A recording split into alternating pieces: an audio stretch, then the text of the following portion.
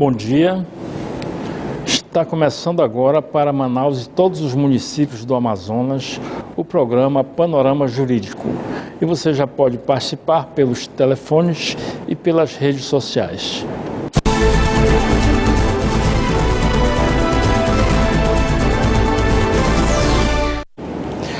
Muito se fala em fragmentariedade, princípio da intervenção mínima ou princípio da proporcionalidade no direito penal, pois o direito penal deve ser usado em último caso, quando todos os outros ramos do direito fracassarem, entrará em cena o direito penal.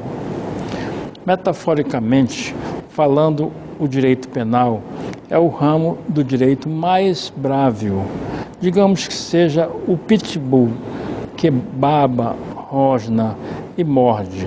Por essa razão, deve ser usado nas ocasiões mais importantes. Infelizmente, por muitas vezes, nos deparamos com um direito penal emergencial, onde cria normas elaboradas única e exclusivamente como resposta a algum acontecimento que choca a sociedade. Podemos exemplificar com a lei dos crimes hediondos, por exemplo, a atriz assassinada, filha da Glória Pérez. Um outro exemplo é a Lei Maria da Penha, que foi elaborada porque ficou paraplégica de tanto apanhar do marido, dentre outros exemplos. Por tais razões, vemos nos afastar dos importantíssimos princípios fragmentariedade, princípio da intervenção mínima ou princípio da proporcionalidade, e por suas vezes chegam às raias do abuso, pois criam-se normas mais duras ou alteram-se normas já existentes, aumentando penas e criando qualificadoras, tendo como critério um fato que causou repercussão na sociedade. Vamos a um breve intervalo e retornaremos em seguida com a entrevista da semana com o Dr. Felipe Braga de Oliveira, mestre em Direito Ambiental. Não saia daí.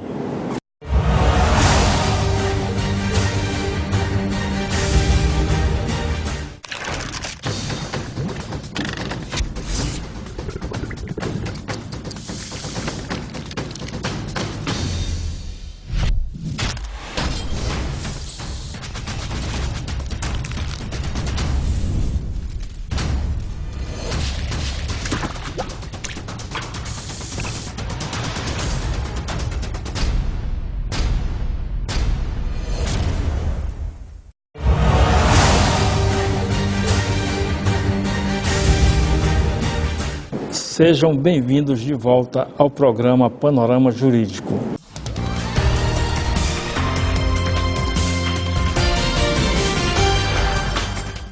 E você já pode participar por meio dos telefones e redes sociais.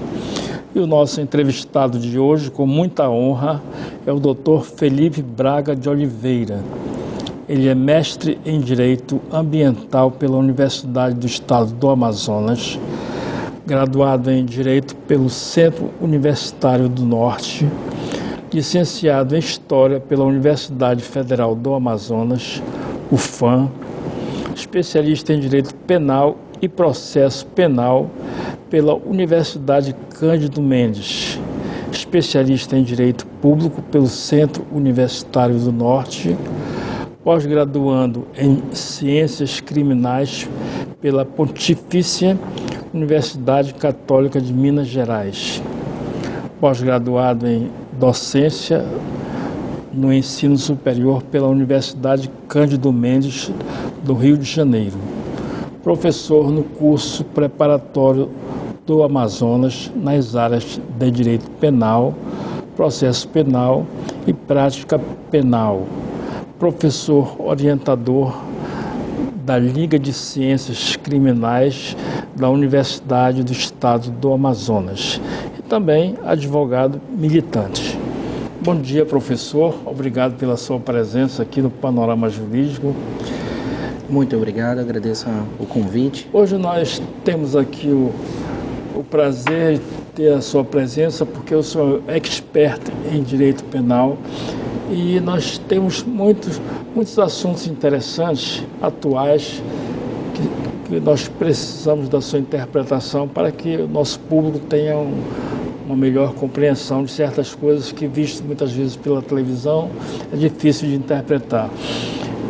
Eu gostaria, doutor, primeiramente, que o senhor nos explicasse o que vem a ser o foro privilegiado, porque é uma garantia que as autoridades têm. Sabe-se que muitas vezes um político, eles usam o foro privilegiado para usar com o escudo para proteger o corrupto da perseguição penal. Já houve casos agora muito recentes que teve um político que recebeu um cargo, uma simulação de um cargo, de repente, para que ele não fosse preso pelo Sérgio Moro e tal. Então, como é que o senhor está? Eu queria que o senhor explicasse para o público de casa, para o nosso público que é muito assíduo, o que vem a ser o foro privilegiado primeiramente. E como é que na prática isso deveria funcionar e como que funciona? Bom dia, agradeço novamente pelo convite. Eu, que trabalho na área criminal, vejo que muitas vezes o termo foro privilegiado é utilizado e visto como uma forma de privilégio, de regalia, né? E não é essa a intenção do Constituinte, não é essa a intenção da Constituição Federal, quando impôs um foro por prerrogativa de função. E aí não importa a pessoa em si, importa a função que ela ocupa, a posição, o ofício que ela ocupa. O foro por prerrogativa de função foi criado como uma garantia. A nossa Constituição Federal, ela advém de um momento histórico, ela vem pós-ditadura militar, o que nos traz, então, uma necessidade de garantir que pessoas, que autoridades, desde o prefeito, aos membros do Congresso Nacional, a Presidência da República, a Vice-Presidência da República, elas tenham garantias de serem julgadas por juízes mais independentes. Então, quando a Constituição prevê que o Presidente da República ele seja julgado nos crimes comuns e não nos de responsabilidade, porque nos de responsabilidade nós sabemos, acabamos de ver a então presidente Dilma Rousseff sofrendo um processo de impeachment por crime de responsabilidade, e esse não é o caso. A gente está falando de crimes comuns, como crime de corrupção, né, um crime de lavagem de dinheiro, crimes comuns, peculatos, eles possam ser julgados por juízes mais independentes, mais imparciais, saindo-se da zona, por exemplo, de conforto, uma zona de influência dos membros do Congresso Nacional, que se fossem julgados, por exemplo, no local do fato, por juízes de primeiro grau, talvez tivessem maiores influências políticas, financeiras, etc., para conseguir chegar em seu intento. O foco da Constituição foi realmente trazer mais imparcialidade. Certo. Professor, tem uma questão que eu gostaria que o senhor desse uma explicação para o nosso público também.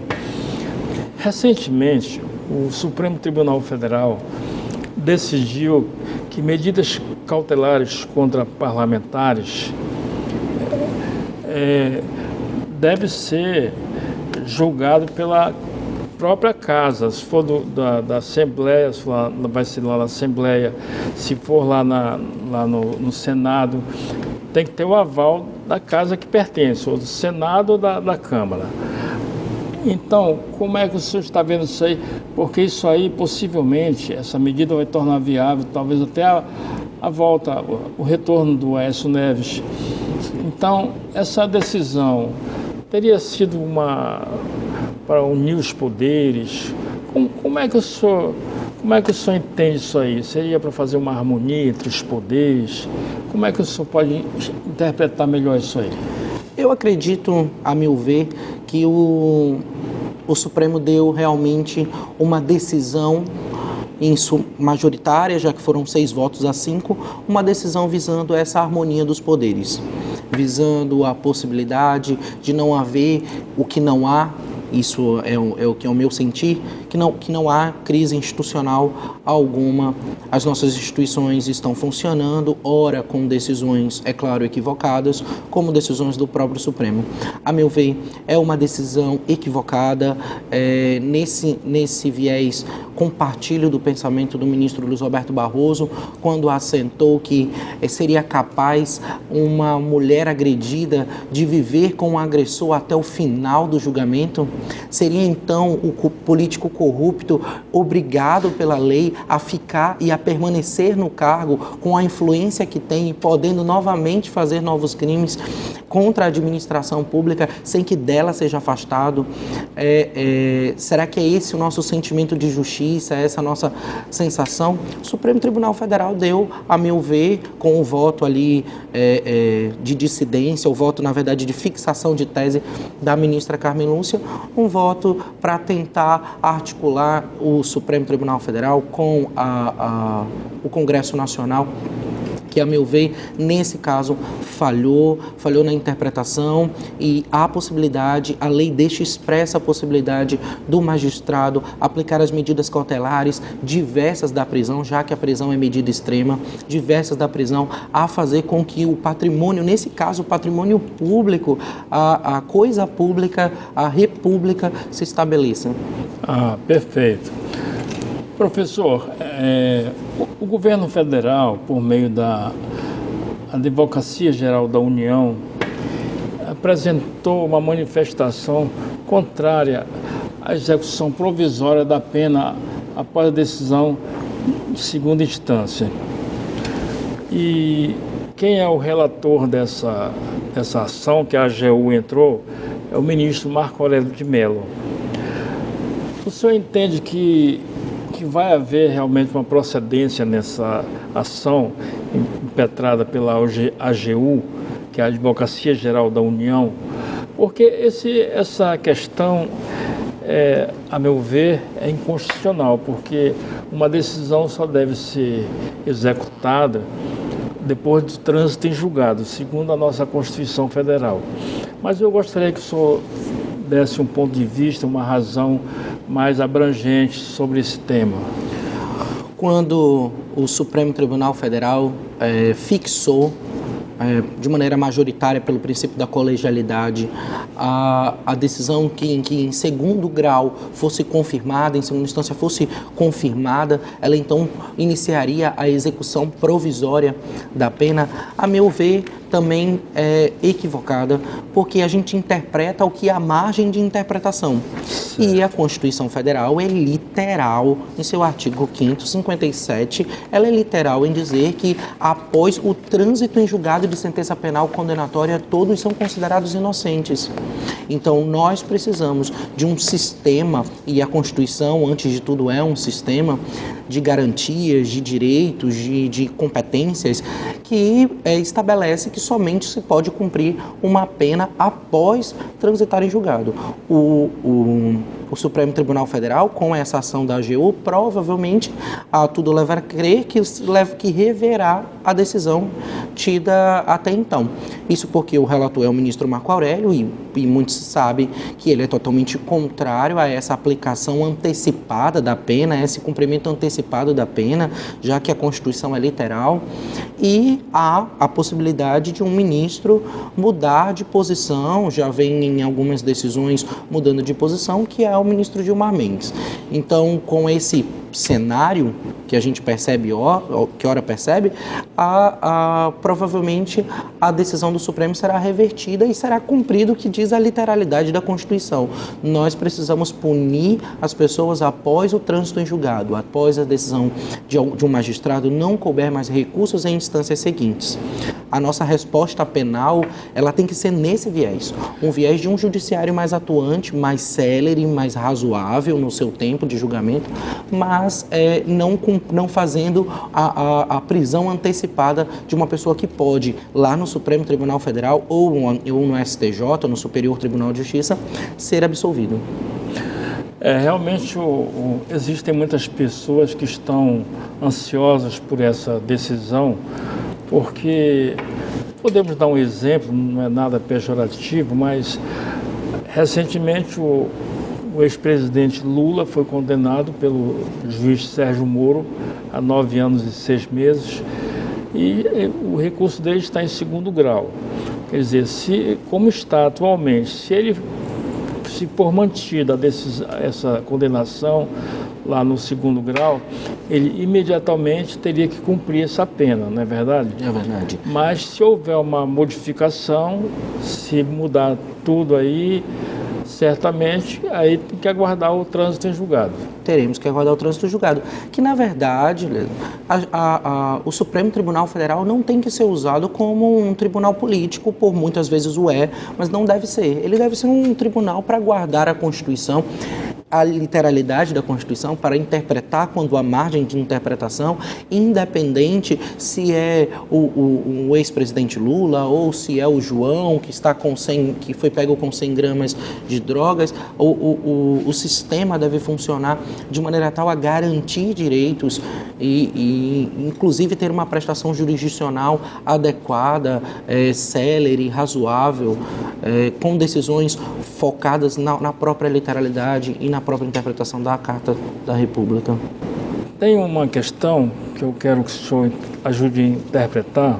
O Código de Processo Penal sofreu alterações pela Lei 12.403, de 2011, que prevê outras alternativas para a prisão. O senhor observa que não vem sendo cumprido isso aí desde 2011. Como é que o senhor poderia interpretar essa questão, que não houve um cumprimento dessa nova lei? O Estado, ele se mostra muitas das vezes... Se vê motins, rebeliões. O Estado se mostra muitas vezes ineficaz em muitas medidas a qual a lei impõe. E uma das medidas, por exemplo, que veio para buscar essa melhoria nas medidas cautelares diversas da prisão são, por exemplo, as tornozeleiras eletrônicas. Mas o Estado não dispõe delas de maneira tal que os próprios juízes possam aplicá-la. Ela seria uma grande alternativa nossa, mas o Estado não dispõe dessa estrutura. E aí, no que nós estamos fazendo, nós estamos prendendo a pessoa quando ela teria o direito de ter essas medidas cautelares diversas da prisão. É importante que se fixe que no Brasil a prisão tem sido utilizada como primeiro meio, e ela não é o nosso primeiro meio, porque ela já tem demonstrado que ela não funciona. No nosso sistema ela não funciona. E aí perguntaria-me se então nós não prenderíamos ninguém? Não é essa a questão. A questão é, nós precisamos utilizar de medidas prévias, cautelares até o final do julgamento, para chegar ao final do julgamento e impor uma medida correta, que é a pena, a aplicação de pena, seja ela qualquer tipo de pena, de privativa de liberdade, restritiva de direitos, uma pena de multa, impor a pena e após isso verificarmos o andamento dessa pena, o andamento, a forma como ela é imposta. Certo. Professor, na sua opinião, o senhor entende? Isso aí eu estou apenas querendo um esclarecimento, que eu sei que muitas pessoas também têm essas dúvidas. O senhor entende que o rigor da pena, ele diminuiu o índice de criminalidade? O índice da quantidade de pena nunca foi resposta penal e nem vai ser. Há um certo levante em redes sociais, em suma, né, que hoje nós estamos muito ligados a isso, em dizer que nós precisamos de penas mais graves, que nós precisamos apenar mais as pessoas. O grande problema do Brasil não está em apenar. Se fosse esse o nosso problema, as cadeias estavam vazias. E as cadeias estão lotadas. Então nós punimos as pessoas, mas nós não punimos de maneira correta. Nós não punimos no tempo correto, nós não processamos a pessoa no tempo correto. E lá, quando ela chega para cumprir a sua pena,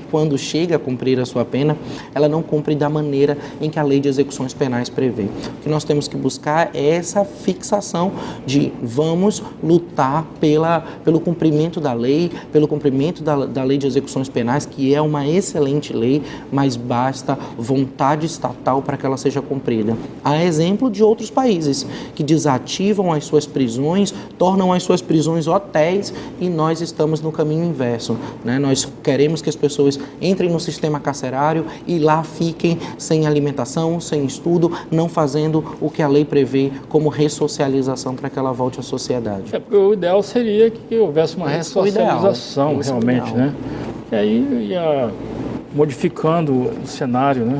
Assim como a educação muda o mundo. Essa ADPF 347 de 2015, ela já definiu que o nosso sistema prisional vive um estado de coisas inconstitucionais. O STF e o STJ já definiram que a responsabilidade é do Estado, por se causar algum problema para um preso, se ele for morto, sofrimento. Então, a família é passiva de uma indenização, ele próprio. Como é que o senhor vê isso aí? Tem alguma uma sugestão para que isso seja melhorado?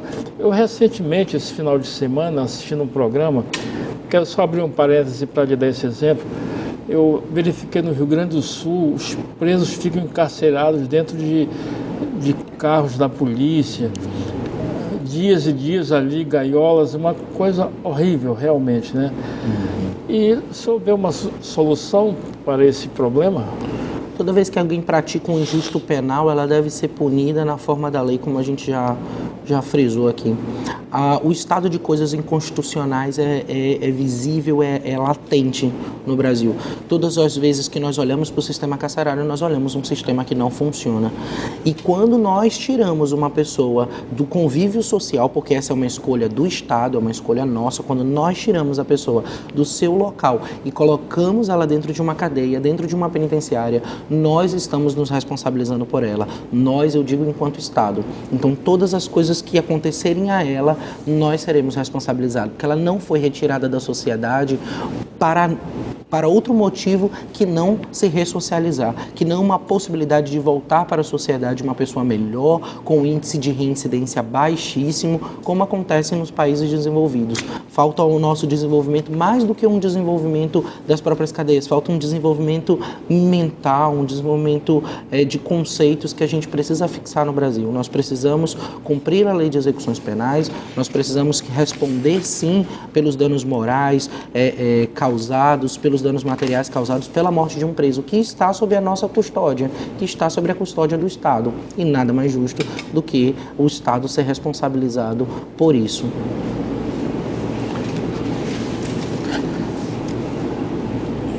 Nós, curiosamente, observamos, isso de acordo com as estatísticas que a própria mídia divulga, observamos que existe um número muito grande de presos por tráfico de drogas e um número pequeno, que corresponde a muito maior, por TCOs, que é aquelas termos de circunstâncias de ocorrências envolvendo usuários de drogas. Como é que o senhor observa isso aí? Existe alguma política ideal para o combate das drogas? Aliás, em primeiro momento, a análise entre o traficante e o usuário é uma análise muito subjetiva. A lei não fixa a quantidade ou natureza da droga para que isso seja relacionado ao uso ou a tráfico. Depende da intenção do agente. Se ele está ali colocando, ainda que gratuitamente, vendendo ou dando para uso, ainda que gratuitamente. A grande utilização do viés da droga é colocar a pessoa como traficante. Então, muitas das vezes, nós vemos muitos usuários presos no sistema carcerário que são usuários, mas foram imputados a eles um crime de tráfico, como uma necessidade de resposta à sociedade. Pode ter sido flagranteado com uma quantidade razoável, mas porque ele usa muito. Porque ele usa muito. Não quer dizer que ele vai vender tudo aquilo, né? A quantidade, na verdade, a ideia da quantidade não é uma ideia tão inteligente de definir o que é uso e o que é tráfico. É verdade. E eu acredito, por convicção, que que a legalização de algumas drogas, e não de todas, mas de algumas drogas, como por exemplo, a maconha, é uma das possibilidades jurídicas que nós temos. Me recordo bem do ministro Luiz Roberto Barroso, quando no julgamento relacionado a essa matéria no Supremo Tribunal Federal, que hoje está suspensa, quando ele diz que se um homem, após o jantar, toma garrafas de vinho e fica embriagado, talvez isso seja imoral, mas não é ilegal. Então, por quê? E ele falou exatamente essa frase, acho que foi a primeira vez que o Supremo Tribunal Federal falou a palavra baseado nesse sentido no Supremo, falou, se ele fuma um baseado após o jantar, o que tem de ilegal? Há algo imoral para alguns olhares, mas não é ilegal. Ei, professor, eu lhe pergunto o seguinte, uma sugestão, né, se o senhor discorda ou não. Se fosse legalizada a droga e o governo cobrasse impostos altos, como cobra do cigarro, da uísque, bebidas, cerveja, os impostos eles são elevadíssimos desses produtos que eu citei. E se ele legalizasse a droga e cobrasse lá uma quantia que fosse satisfatória em termos de imposto muito alto? Se houver alguma coisa muito nociva em legalizar as drogas? Não acredito. Eu acho que isso é um passo civilizatório. Acredito que não tenha que ser de imediato todas as drogas. Eu acho que a gente tem que ir trabalhando a droga como uma questão de saúde pública e não como uma questão de punição, de prisão. Aquele que usa a droga não precisa ser preso, aquele que usa a droga ele não precisa ser responsabilizado por aquilo, ele precisa ser tratado. E o traficante existe porque existe o usuário e vice-versa. Então nós precisamos, na verdade, de uma política séria, de estudos, de conversa com a sociedade, mas uma conversa honesta, uma conversa sincera sobre o uso de drogas, sobre essa necessidade que nós temos de combater de outra forma, que não a forma hoje como se tem combatido o tráfico de drogas, que na verdade tem sido usado como uma caça, honestamente como uma caça aos pobres, já que os grandes traficantes, os grandes ricos traficantes não são pegos, na verdade são pegos os peixes pequenos, os peixes grandes continuam a nadar. É verdade. Professor, permita-me dar um alô aqui para o nosso público, só um instantinho. Então, quem chegou nesse momento, acabou de ligar o televisor e não assistiu o início da entrevista, hoje o Panorama Jurídico está entrevistando o professor Felipe Braga de Oliveira, criminalista renomado, é professor e está conosco aqui gentilmente dando umas dicas importantes, é de interesse comum, são decisões do Supremo Tribunal Federal que ele está aqui interpretando. Então, se você perdeu a entrevista, você pode assistir no YouTube. Logo mais no final do programa, o programa estará completo na internet, no YouTube. Você pode acessar através do meu blog, pelo Portal da Holanda. E lá você vai baixar a entrevista completa e vale a pena, porque a entrevista está sendo muito boa e se você perdeu, vale a pena você assistir. Doutor, muitíssimo obrigado mais uma vez pela sua presença. O programa terminou, mas nós deixamos espaço para o senhor fazer suas considerações finais. O que o senhor achar interessante, que não foi perguntado, o senhor pode ficar à vontade, que esse espaço é todo seu. Bom, Elias, eu já te agradeço de antemão e, na verdade, queria deixar uma pequena mensagem sobre o nosso primeiro tópico, que foi o foro por prerrogativa de função, ou conhecido foro privilegiado. Certo. Realmente, nós precisamos rever isso. O Supremo Tribunal Federal é formado por 11 ministros. Como 11 ministros conseguirão julgar todos os membros do Congresso Nacional, mais de 500 deputados, mais de 70 senadores, os membros da AGU, que é o advogado-geral da União, o procurador-geral da República, por vários crimes. A gente ainda não conseguiu definir os crimes voltados ao exercício da função, nós não conseguimos ainda chegar nesse viés. Então, nós precisamos realmente rever a situação do foro privilegiado, criando uma legislação, na verdade, nesse caso, por emenda constitucional, alterando-se essa matéria para que nós consigamos chegar a uma sensação de justiça, a uma corte que não esteja assoberbada, como, por exemplo, no julgamento do Mensalão, onde 69 sessões do Supremo Tribunal Federal foram utilizadas para julgar um único caso. 69 sessões é um número elevado e nós precisamos realmente rever essa matéria. Essa é a minha mensagem final. Ótimo, muito bem colocado. Isso aí eu concordo também, porque a demanda é muito grande, são apenas 11 ministros no Supremo. Como é que vai dar conta desse de um grande número de parlamentares, de autoridades para julgar? Bom, o programa Panorama Jurídico de hoje fica por aqui. Agradecemos a todos que participaram pelos telefones, pelas redes sociais. Tenham todos um excelente final de semana e até o próximo programa.